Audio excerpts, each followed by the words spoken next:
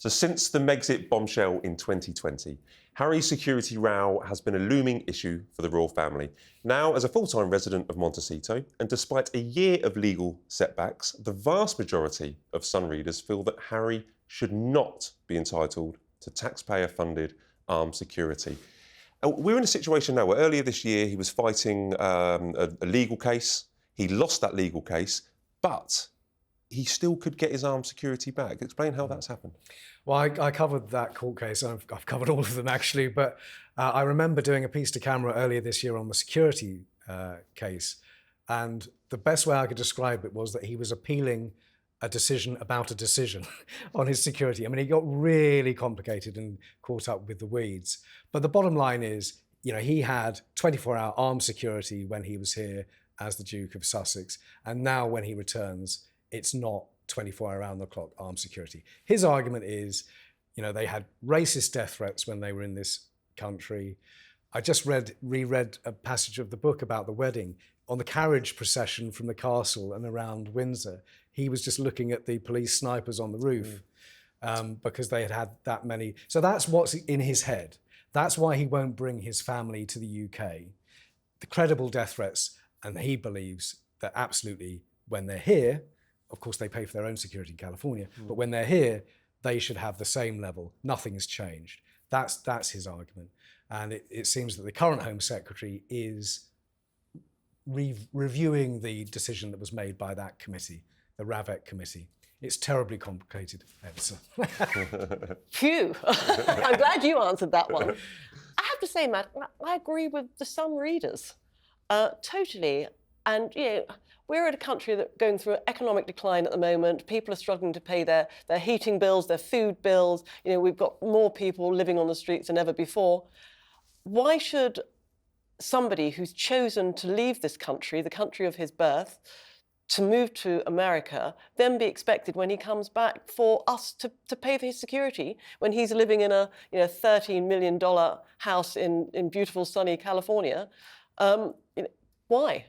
The argument is he's given up that privilege by stepping down as a working royal and moving abroad. He's given up the privilege, his birthright in many ways, that, you know, as the king's son, there's huge threats against him, so he should have, you know, this police protection. But the counter argument is that they claim it's actually cheaper.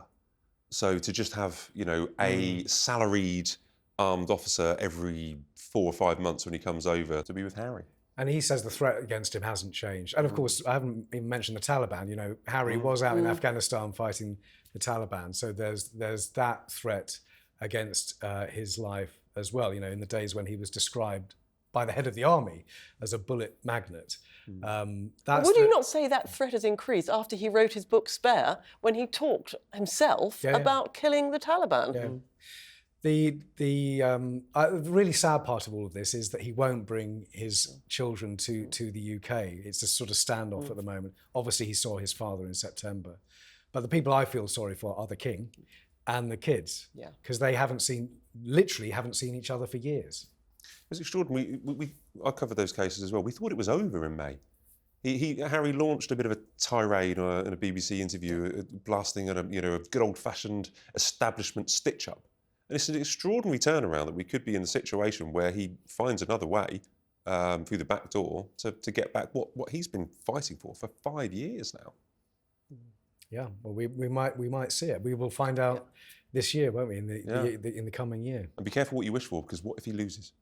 Where does he moan then? Who does he complain to? If Ravek say, no, actually, we've done a review and we agree you do not need armed security, where does he go after that?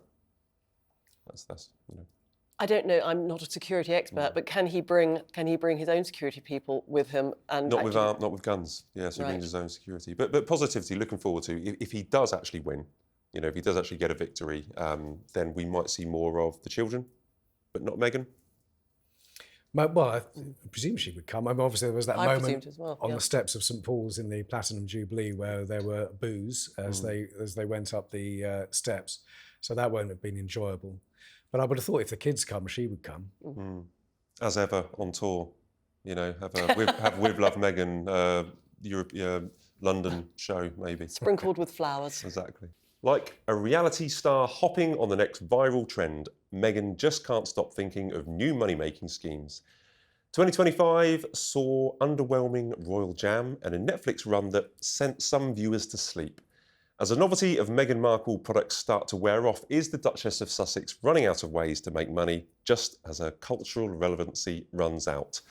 Has Meghan had a good year? We've had a lot from Meghan, haven't we? We've had As Ever, we've had With Love. How's she got on, Ailsa? Well, is it not the old adage, all publicity is good publicity? And we are still talking about her. Every time I've been on this show, Matt, which I thoroughly enjoy coming on, so thank you, we talk about Meghan. So she is being spoke about. It's been a different Meghan this year. It's been a different Meghan. She's been an entrepreneur. She's actually launched things. We haven't seen her this busy in the past. She's done the odd interview, moaned on her Netflix show and stuff like that, and done some appearances. But this year, she's gone in hard.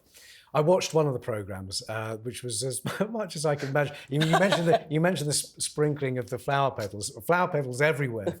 I haven't tasted the jam. I'm told it tastes like jam. It costs a lot of money, doesn't it? But my takeaway from this year is the phrase, which I'd never heard before, hate watching. Right.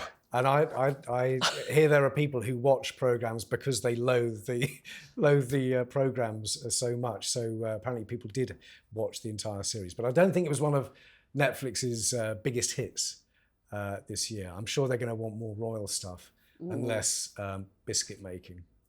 She's moved into the world of entrepreneurship. She's the Confessions of a Female Founder. She's got that going on. She's promoting all sorts of things. And going back Instagram. to acting as well, isn't she? Going back to acting, yeah. That's a tough one because how do you suspend disbelief when you know who it is? How do you suspend disbelief for 2 hours that she is not the Duchess of Sussex, one of the most famous women in the world? It's a difficult one, I would have thought, but people will watch it. Yeah, but yeah, good luck with the business. Was there much jam sold? Was there much jam actually made? Because they seem to sell out very, very quickly. But maybe that was purely demand. Well, they have to make money somehow. They've made money in the past going on Netflix or writing books, criticising the royal family. Meghan's got to make money. The only thing she has is acting and As Ever. Always mix As Ever up with Love. With Love is the TV show. As Ever is the food. It's the products. And the brand. Yeah, but she needs to be she's put herself in a sphere now where she is a businesswoman. Ailsa. Yeah. I looked at the website this week, and it's very, very heavily branded Duchess of Sussex. Right. So I wonder how successful it would be if she was doing it as Meghan Markle. Yeah. Just saying. It needs to work, though, doesn't it? Yeah. We need her to be successful. Otherwise, we would go back to a kind of pre-2020 situation.